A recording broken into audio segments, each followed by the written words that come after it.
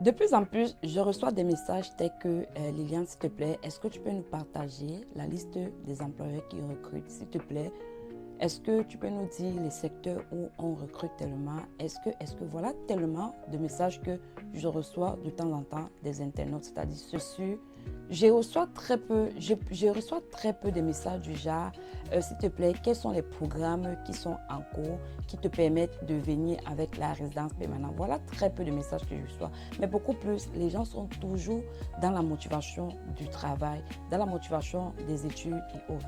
Donc dans cette vidéo, je vais vous donner ma position par rapport au meilleur statut qui vous permettra de vivre de manière, headache. Si tu cherches un statut headache free, reste jusqu'à la fin de cette vidéo. Hello les amis, pour ceux qui me découvrent, je suis Liliane, je partage sur cette chaîne des contenus sur la vie au Canada, l'intégration au Canada. Alors si c'est un sujet qui t'intéresse, n'hésite pas de t'abonner et d'activer la cloche de notification.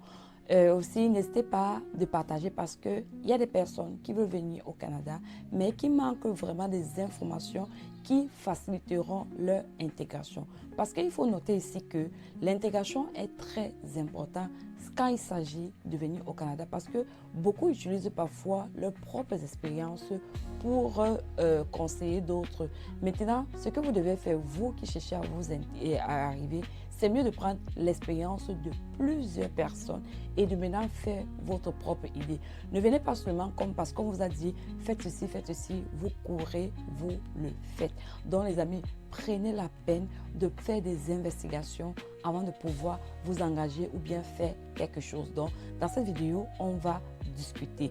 Donc déjà, comme je l'ai mentionné tantôt, tellement de personnes veulent venir au Canada, mais beaucoup se posent la question de dire ouais, avec quel statut. Et surtout, il y a même des personnes qui ont des profils que je vois, ils sont beaucoup plus centrés sur le travail, la recherche du travail.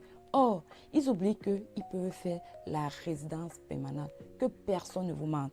Je vous dis que personne ne vous mente. Le meilleur statut, retiens ceci, le meilleur statut au Canada, c'est la résidence permanente. Alors, si tu as un projet de venir au Canada et que tu as un profil qui te permet de venir au Canada, n'hésite pas, lance-toi sur la résidence permanente. Parce qu'il y a beaucoup qui vont se dire, ah, les programmes et autres. Non. Sachez qu'il existe plusieurs types de programmes pour venir au Canada en tant que résident permanent. Il y a par exemple le programme Entrée Express, le programme Arima, il y a le programme de candidat des provinces. Je vous exhorte à aller regarder ces différents programmes parce que pour le programme Arima, allez seulement vous taper Arima, vous allez tomber et vous lisez. Programme Entrée Express, je vous demande seulement d'aller vous taper Entrée Express, vous lisez. Le programme de candidats des provinces, n'allez pas sur le site de canada.ca. Pour les candidats des provinces, allez juste vous taper par exemple gouvernement du Nouveau-Brunswick. Pour les candidats de province de l'Alberta, allez vous taper gouvernement de l'Alberta, gouvernement de telle province, gouvernement. Là-bas maintenant sur leur site, vous allez voir où il y a la partie immigration. Allez scroller sur la partie immigration. Vous allez voir tous les différents programmes que les provinces proposent aux différents candidats qui sont intéressés. Il y a des personnes même qui ont des petits profils, mais ils se disent que pour venir au Canada avec la résidence permanente, il faut avoir tout simplement il faut avoir un master, une licence. Non.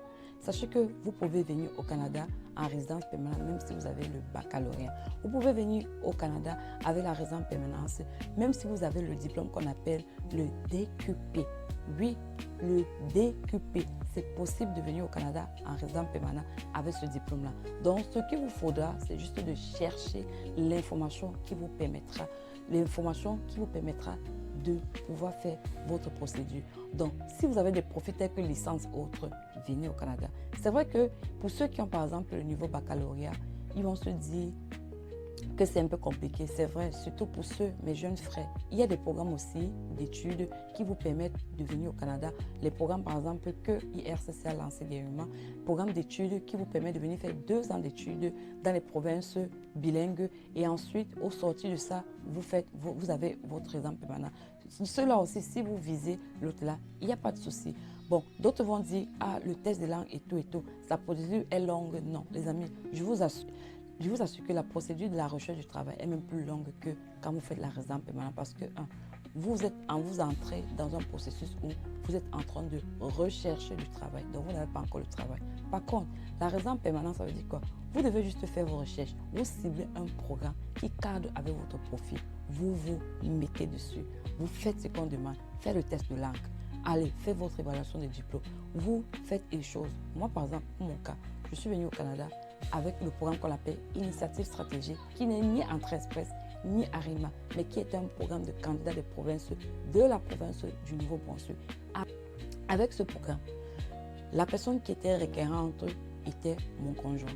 Donc du coup, moi qui étais l'accompagnante, je n'ai pas eu besoin d'un test de langue, ni d'évaluer mes diplômes, ni de faire quoi que ce soit. La seule personne qui a eu à faire quelque chose, c'était lui. Qu'est-ce qu'il a fait? Il a eu besoin juste de faire son évaluation de diplôme et il a fait aussi composer son test de langue avec eux. Il vous assure qu'il n'avait pas un gros diplôme. On s'est limité au BTS, étant donné que pour la licence, ça prenait un peu de temps et tout, on a juste limité au BTS. C'est avec le BTS que nous sommes arrivés au Canada. Parfois, vous mettez la barrière en disant, parlant de la résidence permanente, qu'elle est longue. Et pourtant, il y a des programmes qui sont vraiment courts, qui vous permettent de venir, même si vous avez avec des petites recommandations. Nous n'avons pas eu besoin d'un contrat de travail. Nous n'avons eu besoin de rien. Donc, c'est pour vous dire que ciblez aussi les candidats des provinces. Regardez aussi les autres provinces, ne ciblez pas seulement, ciblez toutes les provinces. Ils ont des programmes qui peuvent cadrer avec ce que vous avez. Donc, ne négligez pas, faites vos recherches. Déjà, si vous ne savez pas, venir au Canada avec une résidence permanente, vous avez tellement d'avantages par rapport à celui qui vient, par exemple, avec un contrat de travail. Celui qui avait un contrat de travail, il y a des choses qu'il ne peut pas faire, il y a des choses qu'il ne peut pas profiter, il y a tellement de choses que vous ne pouvez pas avoir. Je prends par exemple le cas de quelqu'un qui vient avec la résidence permanente. Quand tu viens avec la résidence permanente, tu as la possibilité de venir y travailler directement. Oui, c'est très bien. Donc, et aussi, si vous avez une vision et que vous comptez retourner aux études, quand vous retournez aux études, vous n'avez pas besoin de payer pour vos retours aux études. Ce que vous pouvez faire, vous pouvez recevoir un prêt et bourse de la province dans laquelle vous vous trouvez et du fédéral. C'est-à-dire quoi? Vous rentrez aux études, vous faites une demande de prêt et bourse et c'est ça qui vous aide à payer votre scolarité. Vous ne dépensez $0. Ça, c'est l'avantage d'être résident permanent. Par contre, celui qui vient avec un visa études, l'argent, il le prend dans ses poches. Le deuxième autre avantage, c'est que les enfants pour les enfants, vous avez tellement de programmes qui accompagnent les enfants. Vous avez des programmes, vous recevez par exemple des aides, des prestations pour les enfants qui vous permettent de prendre en charge vos enfants. Vos enfants qui vont retourner par exemple à la garderie, vous avez la possibilité de recevoir des subventions pour ces enfants. Les enfants retournent partent à l'école. La scolarité, c'est $0 pour eux. Vous voyez que c'est vraiment un très gros avantage par rapport à cela. Maintenant, si on veut parler maintenant de la Medicare, donc quand je parle de la Medicare, au Québec, ils appellent ça la RAMQ. Ici, au Nouveau-Brunswick, nous appelons ça la Medicare. Avec la Medicare, quand vous êtes résident de la province, on vous donne la Medicare qui vous permet de recevoir des soins gratuitement. Par contre, quand vous venez avec un visa études, il va falloir que vous faites l'application et vous payez pour ces frais-là. Par contre, ici, c'est gratuit. Et l'avantage aussi, c'est que c'est vrai que vous avez des frais qui sont limités, vos soins sont un peu limités, tels que dentaire et pour les yeux. Mais sachez qu'il y a des organismes en tant que résident permanent et si vous avez un revenu un peu faible, vous pouvez vous recevoir des consultations pour les yeux gratuitement ou bien alors dentaire gratuitement parce que vous êtes résident permanent. Je prends le cas, dernièrement, je suis allée à une banque alimentaire et là-bas, ils ont écrit qu'ils consultaient pour les yeux parce que j'ai des problèmes de vision. Je suis allée vers eux, ils m'ont dit, il suffit juste de faire ta demande et tu pourras recevoir. La condition, c'est qu'il faut être résident permanent. Voilà la condition. Vous voyez que vous recevez des soins ophtalmologiques gratuitement et ils vous donnent aussi des verres gratuitement. Sachez que ce sont des choses qui coûtent énormément cher. Pareil pour les dents. Si vous avez un problème avec vos dents, s'il faut aller chez un dentiste, ceux qui sont au Canada avec un permis temporaire savent, ils peuvent vous dire combien ça coûte pour vous consulter. Rien que vous payez tellement cher pour vous faire consulter chez un dentiste.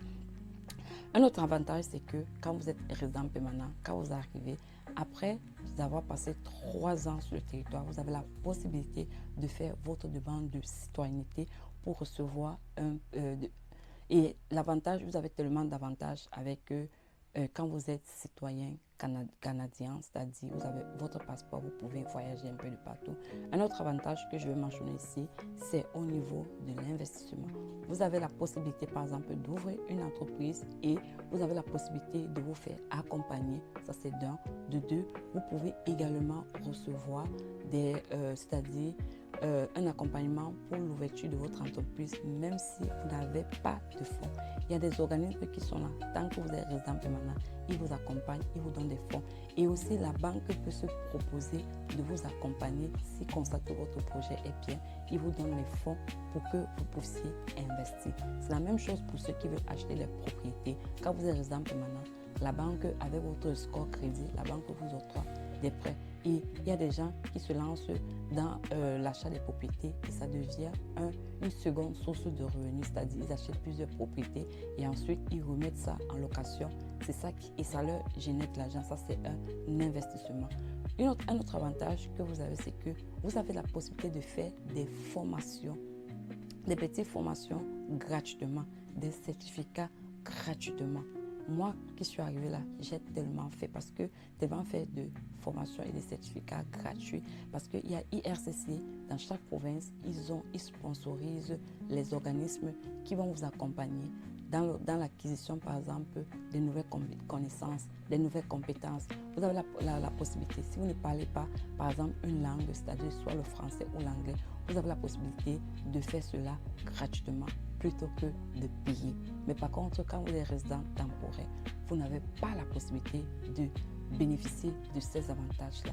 Il y a tellement d'autres avantages que je ne vais pas juste mentionner parce que s'il faut mentionner, c'est tellement énorme. Et aussi, vous avez un headache free. Donc, étant étudiant, par exemple, moi, par exemple, je suis étudiante RP. Depuis que je suis là, depuis que j'ai commencé les études, je ne travaille pas et je n'ai pas un stress, par exemple, de dire il faut payer la scolarité et tout, parce que ma scolarité a été tout payée par le fédéral. Et en ce qui concerne, vous avez un stress minime par rapport à ceux qui viennent avec un visa études. C'est pour dire que si vous avez la possibilité de faire votre demande de résidence permanente, faites votre demande de résidence permanente, qu'importe le temps que cela va prendre. Mais sachez que vous êtes sur le bon chemin parce que une fois que vous allez arriver sur place, vous allez comprendre que il en valait la peine d'attendre et de venir plutôt que de venir avec soit un visa études ou un visa travail. Parce que franchement, ces deux-là, il y a quand même un petit stress dans ça que vous ne savez pas. Quand vous êtes là avec votre résident permanent, vous avez un stress vraiment frais. Parce que quand vous venez avec un permis d'études, à la fin, il faut réfléchir comment faire pour quitter ce statut à un autre statut.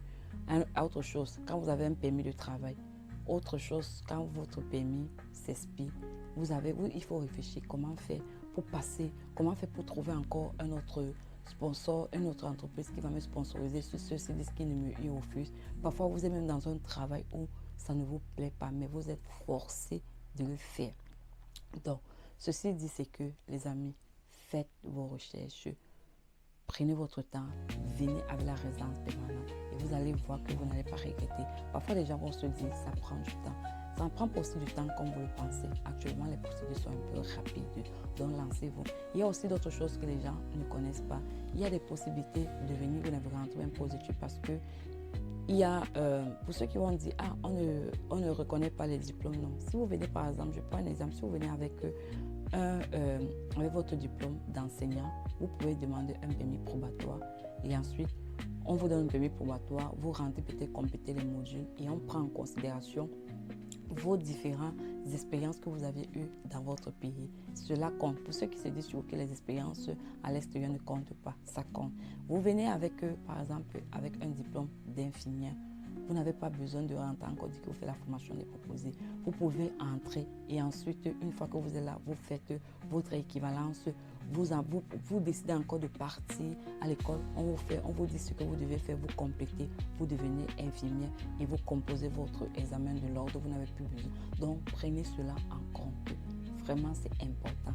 La résidence permanente, répète avec moi, la résidence permanente, c'est le meilleur statut que tu puisses avoir lorsque tu viens au Canada. J'espère qu'en ce moment, tu vas maintenant pouvoir aller regarder les différentes procédures de résidence permanente dans les provinces. Si tu n'arrives pas à satisfaire les critères de entrée express ou de Arima, tourne-toi vers les provinces. En ce moment-là, tu verras parce que les provinces, généralement, ils vont vous demander par exemple les niveaux de français 5, 6. Vous voyez, le minimum c'est 5. Par contre, entrée express, on vous demande d'avoir 7. À un moment donné, vous êtes à le bassin, vous avez des points bas. Tournez-vous vers le programme des candidats des provinces. Vous allez voir que vous allez trouver les programmes qui conviennent avec votre profil. Et soyez juste patient, suivez la procédure et vous allez vous retrouver au Canada. Du coup, ne perdez pas espoir, ciblez la résidence permanente. Ceux qui ont la résidence permanente là, nous qui avons la résidence permanente, nous sommes chanceux. D'autres vont dire, dans leur pays, il n'y a pas la possibilité. Oui, c'est juste que vous ne connaissez pas les programmes. Il y a tellement de programmes, tellement de programmes. Sur ce, les amis, n'hésitez pas de laisser vos questions en commentaire. Je me ferai l'objet de répondre à cela. Et sur ce, on se dit à très bientôt. Bye bye.